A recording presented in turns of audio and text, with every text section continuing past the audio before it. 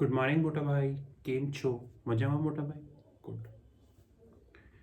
मैं जभी भी इंडियन बैंक्स के शेयर प्राइस को देखता हूँ तो मुझे एक चीज़ हमेशा रियलाइज़ होती है कि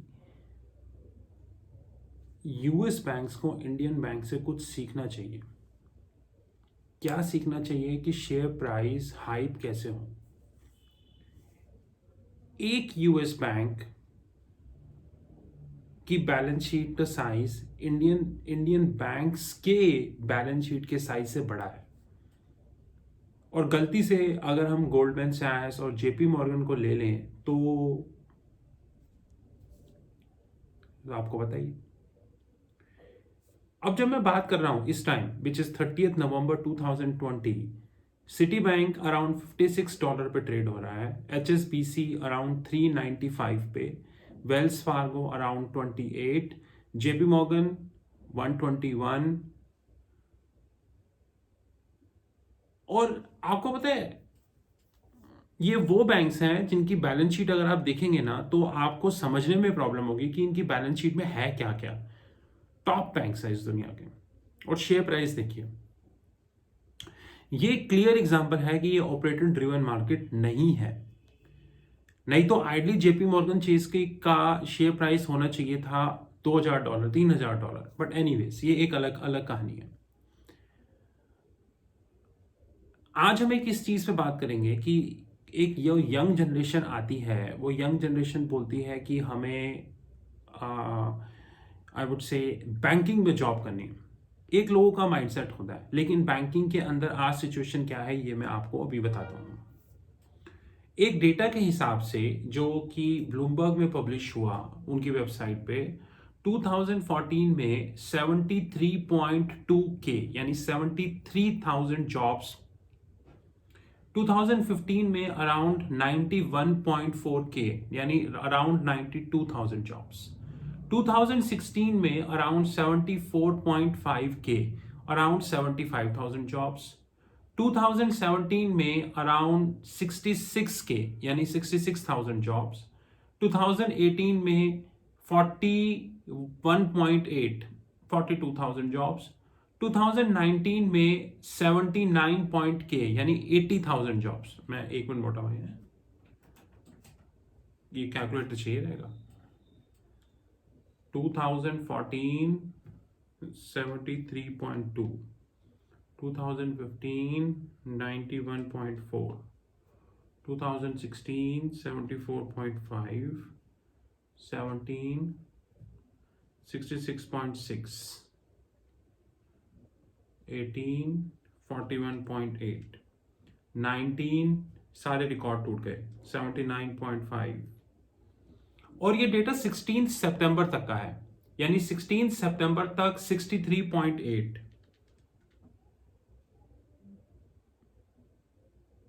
हाँ, टोटल 490 यानी कि 490 के यानी आधी मिलियन से ज्यादा जॉब्स, 5 लाख से ज्यादा जॉब्स पिछले 6 साल में जा चुकी हैं बैंक्स में। और ये डेटा ब्लूमबर्ग का है। अभी अभी एक डेटा के हिसाब से जो 3 घंटे पहले आया, ABN AMRO to slash its workforce by 15%, 15, and sell its head office in an effort to cut cost up to 2,800 jobs यानी कि 2.8 के वो और जोड़ लो इसके अंदर, राइट?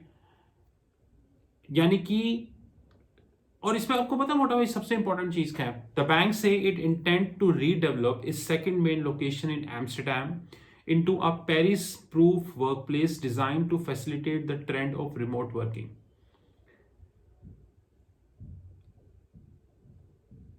आने वाले टाइम में कोरोना वायरस तो जल्दी चला ही जाएगा क्योंकि अब उसकी वैक्सीन वगैरह आ ही रही है, सारी बातें चल रही हैं। ये अलग बात है कि अभी एक ब्लूमबर्ग में न्यूज़ के हिसाब से वैक्सीन के ट्रायल्स में कुछ इश्यूज हैं, वो एक अलग केस है। क्योंकि अगर हम किसी चीज़ को जल्दी करने की कोशिश करेंगे तो उसमें एरर्स तो होंगे ही। अगर हम 10 किलोमीटर्स की स्पीड है हमारी रन करने की और हमें 100 किलोमीटर रन करना है तो 10 आवर्स लगेंगे। लेकिन अगर हम उसको 30 किलोमीटर की स्पीड से भागेंगे तो ठीक है 3 आवर्स लगेंगे, लेकिन उतनी ताकत भी तो होनी चाहिए 30 किलोमीटर की स्पीड से भागने के लिए। अगर हम ऐसे ही भागते रहे और हमारी बॉडी वो सपोर्ट नहीं करेगी तो आप जानते हैं आने वाले पिछले 6 सालों में अराउंड आधी मिलियन जॉब्स 490 के जा चुकी हैं, और आने वाले 6 सालों में ये नंबर इससे डबल होगा। वो इसलिए कि इस कोरोना वायरस में बैंकिंग की दुनिया को एक बात बिल्कुल समझ में आ गई है, क्लियर। वो ये कि इतने लैविश ऑफिसेस, मैं किसी का नाम नहीं लेना चाहता, उस दिन एक न्यूज़ फॉरम के कोई रिपोर्टर थे, वो रिपोर्ट दे रहे थे, तो मैं उनकी रिपोर्ट से ज़्यादा उनके पीछे उनके ऑफिस को देख रहा था। जनरली मैं रिपोर्ट सुनता हूँ, लेकिन मैं उनके ऑफिस को देख रहा था, इतना लैविश ऑफिस। मैं ये सोच रहा था कि आज के टाइम में जब प्रॉफिट मार्जिन्स इतने लिमिटेड हैं, जब इंटेंस कंपटीशन है, जब बैंकिंग की दुनिया का प्रॉफिट मार्जिन इतना सा रह गया है, इतने लैविश ऑफिसेज मेंटेन करने का लॉजिक क्या है, मतलब एक टेक्निकल लॉजिक क्या है। लैविश ऑफिस, वो भी एक न्यूज़ कंपनी इतने लैविश ऑफिस मेंटेन कर रही है। आने वाले टाइम में आप देखेंगे कि बैंकिंग की दुनिया में जॉब्स कटेंगी। कोरोना वायरस की सिचुएशन रिजॉल्व होते ही आपको अगर ये लग रहा है कि बैंकिंग की जॉब्स बढ़ेंगी, तो ये उल्टा होगा, बैंकिंग की जॉब्स कम होंगी। क्योंकि बैंक्स को एक चीज बिल्कुल क्लियर समझ में आ गई है कि बॉस ये काम घर बैठ के हो सकता है, या हमारी पूरी वर्कफोर्स को ऑफिस में आने की कोई जरूरत नहीं है। हमारी 25% वर्कफोर्स ही ऑफिस से काम करे, 75% वर्क फ्रॉम होम करे। अलग अलग जो जैसे जूम है या अलग अलग जो अच्छे अच्छे प्लेटफॉर्म्स हैं, उनकी हेल्प से हम ये सब मैनेज कर सकते हैं, कोई इसमें बड़ी बात नहीं है। और आप ये भी देखेंगे कि बैंक्स आने वाले टाइम में काफी कॉस्ट कटिंग मोड में भी आएंगे, क्योंकि मार्जिन कम हो रहा है। अब जैसे आप ध्यान से देखिए, अगर मैं अभी आज इस दुनिया की सारे बैंक्स पेमेंट गेटवे की तरफ भाग रहे हैं, उनको ये लग रहा है कि पेमेंट गेटवे बहुत मोटा बिजनेस है, लेकिन उसमें प्रॉफिटेबल कौन है ये तो देख लो। मैं आज एक बिजली का bill, electricity bill, phone bill या कोई भी बिल आपके पेमेंट गेटवे से भरता हूं, आप मुझे 100 रुपीज का कैशबैक दे रहे हो। क्यों भाई, वाई? क्यों मुझे 100 रुपीज का कैशबैक दे रहे हो? मैं अपना बिल भर रहा हूं, मैंने सर्विसेज यूज करी, आप मुझे क्यों 100 का कैशबैक दे रहे हो? और वो 100 रुपीज का, बाय द वे, आप मेरे को कैशबैक दे रहे हो, आप कहां से लेके आ रहे हो 100 रुपीज का कैशबैक? आपको क्या प्रॉफिट है? मेरा 500 रुपए का बिल आया, मैंने बिल आपकी पेमेंट गेटवे से, आपकी ऐप से भर दिया, आपने मुझे उस पर 100 रुपीज का कैशबैक दे दिया, ठीक है, मेरे को बेनिफिट हुआ, लेकिन आपके पास 100 रुपीज कहां से आए और कब तक? सिर्फ ये दिखाने के लिए कि हमारे इस प्लेटफॉर्म पे या हमारे इस पेमेंट गेटवे पे 15 मिलियन यूजर्स हैं। लेकिन भाई साहब 15 मिलियन यूजर्स 100 रुपए लेके भी तो जा रहे हैं, दैट्स वेरी इंपॉर्टेंट। वो प्रॉफिट कहां से आया? आप ध्यान से सोचिए, अगर बैंकिंग की दुनिया में यही ट्रेंड चलता रहा तो आपको बहुत ज्यादा मैस दिखेगा। अभी मैंने आपको मेन पैराग्राफ पढ़ के नहीं बताया। More than 30 lenders from Europe, North America, Asia, and Africa are behind planned reduction. 30 lenders. The actual total is probably higher because many banks eliminate staff without disclosing their plans. The actual number is probably higher because many banks eliminate staff without disclosing plan. मैं आपको दो तरीके बताता हूँ staff का cut करने के, बड़े आसान है। एक बैंक है XYZ, वो मार्केट में आया, जैसे अभी देखो ABN AMRO, हम 2800 जॉब्स कट करेंगे। They did the right thing, इन्होंने कम से कम मार्केट को इन्फॉर्म तो किया। दूसरे इसी चीज को करने के दूसरे तरीके दूसरा बैंक क्या करेगा, एक काम करो, अप्रेजल में सबकी रेटिंग कम कर दो, सबकी रेटिंग कम करने पे अप्रेजल के नाम पे 500 लोगों को निकाल दो। सिंपल तरीका जॉब कट करने का, और ये तरीका तो सबसे ज्यादा यूज होता है इंडिया जैसी कंट्री में। अप्रेजल की रेटिंग कम करो, उसको निकाल दो। The bank cited a need to reduce expenses to offset the cost of credit soaring during the pandemic, as well as spending to comply with the strict regulation and investment in digital technologies. The total disclosed job elimination since 2014 now stands about 500,000. यही मैंने आपको बोला कि वो 500,000 के पास है। For comparison, JP Morgan Chase, the biggest US bank, had headcount of 256 at the end of June, यानी कि जेपी मॉर्गन चेस का जो हेड काउंट था वो अराउंड 2,56,000 है। ये आज बैंकों की हालत है। और इस पे मैं आपको एक चीज अभी और बता दूं, सबसे इंपॉर्टेंट चीज,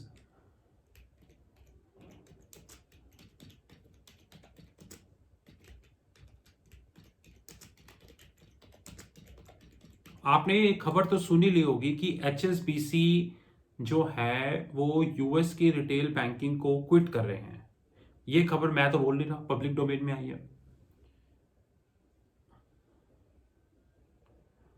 HSBC Holdings PLC is considering an exit from US retail banking, according to a report by Financial Times. In the coming week, the senior managers will outline the plan to the bank board, the newspaper said, citing two unidentified people familiar with the matter. They also likely to suggest reducing investment banking activities to concentrate on international client and focus on Asia and middle east. यानी कि investment banking में भी action होने वाला है जो final decision के हिसाब से। आपको पता होगा कि एचएसबीसी ऑलरेडी 35,000 से ज्यादा जॉब्स कट करेगा अगले 3 सालों में। ये तो जो वो ऑफिशियली कह रहे हैं, लेकिन वो 35 होंगे या कितनी होंगी, टाइम विल टेल। क्वेश्चन ये है कि अगर एचएसबीसी यूएस बैंक्स को छोड़ता है, मैं 1 मिनट के लिए आपको एग्जांपल देता हूं, यूएस रिटेल मार्केट को छोड़ता है, मेरे लिए इसके 3 इंप्लीकेशंस हैं सीधी। नंबर 1, क्या यूएस मार्केट इस कंडीशन में नहीं है कि रिटेल बैंकिंग ऑपरेशंस कंटिन्यू किए जाएं?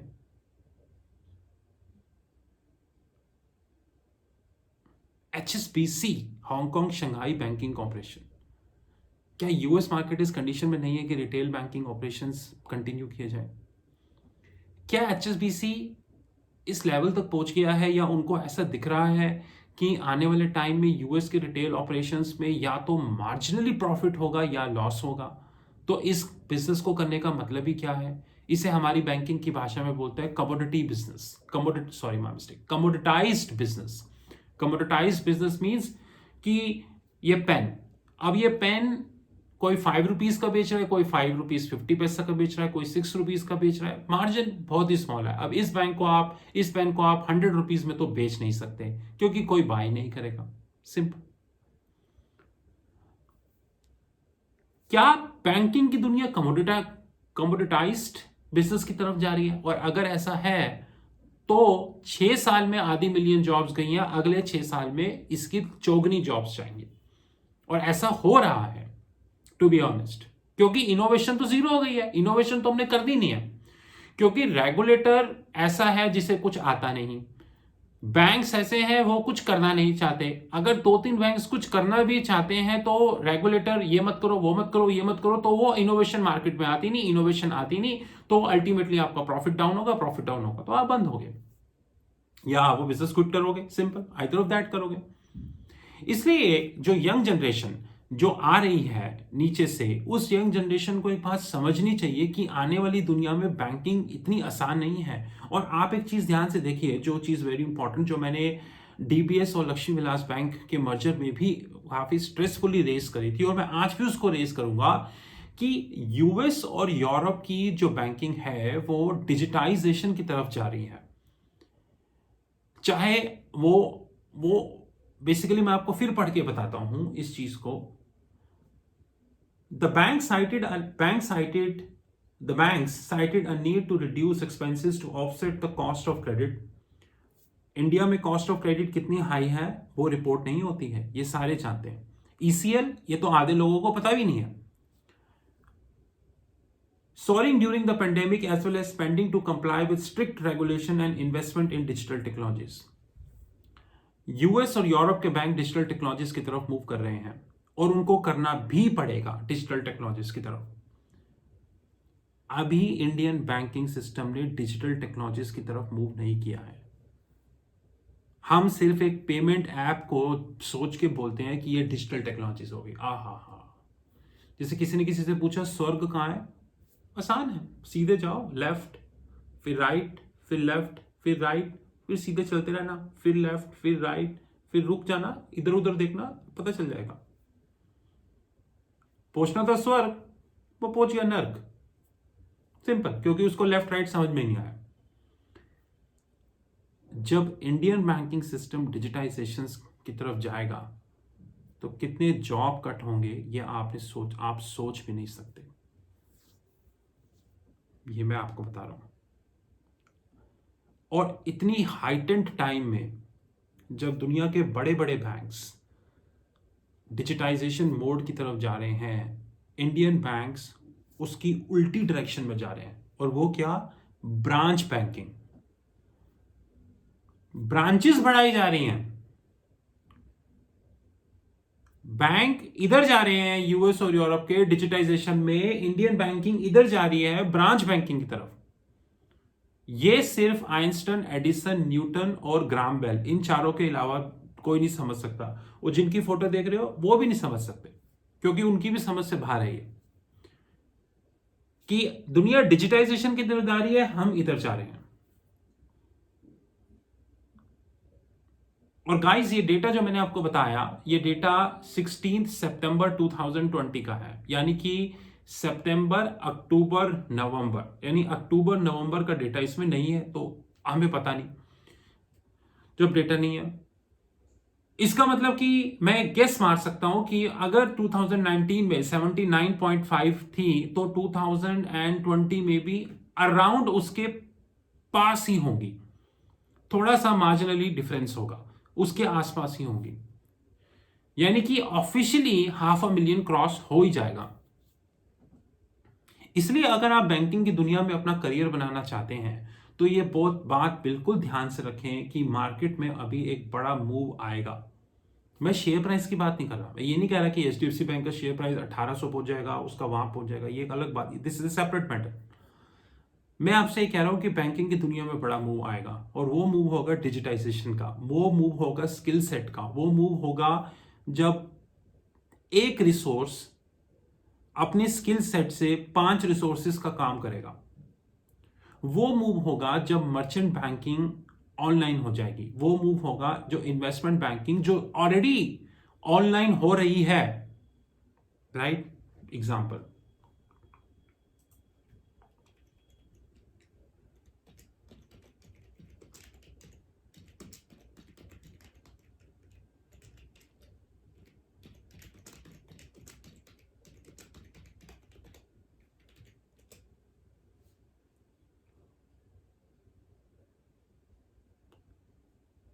एक आर्टिकल के हिसाब से जो कि 1 अक्टूबर 2020 को पब्लिश हुआ, इस आर्टिकल के हिसाब से इन्वेस्टमेंट बैंकिंग जॉब्स कम हो रही हैं। जैसे कि fears as job cuts break out across banking major upset in the top ranks in Barclays। और इन्वेस्टमेंट बैंकिंग जॉब कट्स अभी और होंगी, ये मैं आपको बता रहा हूं। और ज्यादा जॉब्स कट होंगी, हर चीज डिजिटाइजेशन और ऑनलाइन मोड में आएगी। But moral of the story same ही है। मोरल ऑफ द स्टोरी ये है कि क्या हम सो कॉल्ड डिग्रीज में डिग्री के पीछे भाग रहे हैं, या एजुकेशन के पीछे भाग रहे हैं, या नॉलेज के पीछे भाग रहे हैं? क्या हम डिजिटाइजेशन के लिए रेडी हैं या नहीं रेडी हैं? क्या हमारे में इतनी एबिलिटी है कि हम डिजिटाइजेशन को हैंडल कर पाएंगे? क्या हमारी बैंकिंग सिस्टम जब भी, कभी तो देखो, ये तो है कि अगर पूरी दुनिया डिजिटाइजेशन के मोड में जाएगी तो इंडियन बैंकिंग को भी डिजिटाइजेशन के मोड में जाना ही पड़ेगा, उनके पास कोई ऑप्शन ही नहीं होगी। और अगर इंडियन बैंकिंग डिजिटाइजेशन के मोड में जाएगी तो कितनी जॉब्स कम होंगी ये तो आपको अंदाजा भी नहीं होगा। और एक बात मैं आपको क्लैरिटी से कह दूं, इन बैंक्स ने तो डिस्क्लोज कर दिया कि ये इतनी जॉब्स कट कर रहे हैं। इंडियन बैंक्स तो डिस्क्लोज भी नहीं करेंगे, वो जॉब कट करेंगे 100 और डिस्क्लोज करेंगे 1, क्योंकि शेयर प्राइस वो भी तो देखना है। इनको कोई फर्क नहीं पड़ता, क्योंकि ये ऐसे बैंक्स हैं जिनकी एक की बैलेंस शीट इंडियन बैंक्स के बैलेंस शीट के बराबर है। लेकिन इंडियन बैंक्स को सबसे पहले तो अपना शेयर प्राइस बचाना होता है। ईसीएल को भूल जाओ, वो डिस्क्लोजर्स को भूल जाओ, हेज अकाउंटिंग को भूल जाओ, इम्यूनाइजेशन को भूल जाओ, वो सब चीज़ें वो बात की बात है, उसका तो मतलब ही नहीं है कोई। तो मेरे दोस्तों, मेरे प्यारे साथियों, अगर आप बैंकिंग की दुनिया में अपना भविष्य बनाना चाहते हैं तो एक बार ध्यान से सोचिए। ये लाइव सिनेरियो है और ये डेटा मेरा नहीं है, डेटा ब्लूमबर्ग की वेबसाइट का है, ये डेटा इंटरनेशनल मीडिया का है। तो इस डेटा में बायसनेस का कोई स्कोप नहीं है, एज सिंपल एज दैट। और आपके सामने ही है, HSBC बैंक जो है वो US को स्कूट करने की सोच रहे हैं। मे भी अगर ऐसा होता है, वैसे तो अभी ये चीज़ कंफर्म नहीं हुई है कि ऐसा 100% हो रहा है, लेकिन अगर ऐसा होता है तो हो सकता है कल को कोई और बैंक भी US बैंक को क्विट करे। We don't know. इसलिए दोस्तों थोड़ा संभल के इन द सेंस, ऐसा नहीं जो चीज दिखती है वो जरूरी नहीं है वो होगी भी। हमारी या कुछ मीडिया ऑर्गेनाइजेशंस ऐसा एक एनवायरनमेंट क्रिएट करती हैं कि सब कुछ अच्छा है, लेकिन अगर आप उसके नीचे देखेंगे तो कुछ भी अच्छा नहीं है। इसलिए केयरफुल, ज़्यादा अपनी स्टडीज में ज़्यादा से ज़्यादा फोकस करें, नई नई चीज़ें सीखें, मार्केट अपडेट से टच में रहें। बैंकिंग बंद नहीं होगी, लेकिन बैंकिंग का स्ट्रक्चर बदलेगा। मैं आपको कहता हूं 2007 में जब मैंने अपना करियर स्टार्ट किया ट्रेजरी में, तब बैंकिंग अगर एक्स थी तो आज वो पूरी बदल चुकी है। हमारे टाइम में तो इन्वेस्टमेंट बैंकिंग के लिए प्रिंटेड टर्म शीट्स आती थी, प्रिंटेड टर्म शीट्स, और आज मैं देख रहा हूं कि इन्वेस्टमेंट बैंकिंग में एनिमेटेड टर्म शीट्स आ रही हैं। फाइल्स के अंदर प्रिंटेड टर्म शीट्स आती थी, आज एनिमेटेड टर्म शीट्स आ रही हैं। ये सारी चीजें बदल रही हैं। आई होप आपको मैसेज समझ में आया होगा, नहीं तो वक्त की वेट कीजिए। This is Rahul from treasury consulting. You know our WhatsApp 9818485155। Treasury consulting और ट्रेजरी कंसल्टिंग की learning arms Sheetal academy market में कंटिन्यूसली अपडेट करते रहेगी। हम नए ट्रेंड्स पे लगातार वॉच करेंगे, हम नए ट्रेंड्स को करेंगे। और ट्रेजरी कंसल्टिंग ने ऑलरेडी आपको कमिट किया है कि बेसल 4 जो अराउंड 2023 के आसपास इंप्लीमेंट होगा, और मेरी पर्सनल असम्पशन भी यही है कि कोरोना वायरस जाने में अभी 2 इयर्स तक का टाइम लगेगा। बेसल 4 में ट्रेजरी कंसल्टिंग प्राइस मेकर के रूप में आएगी, ना कि प्राइस टेकर के रूप में आएगी। ये मैं आपको प्रॉमिस करता हूं। और बेसल 4 में हम ऐसा कंटेंट मार्केट के अंदर डालेंगे कि बैंक्स को सोचना ही पड़ेगा कि या तो बिग 4 या treasury consulting. This is Rahul from treasury consulting. You know our WhatsApp 9818485155। मोटा भाई सब ठीक है ना? और वीडियोस भी आएंगे अभी। Have a good time.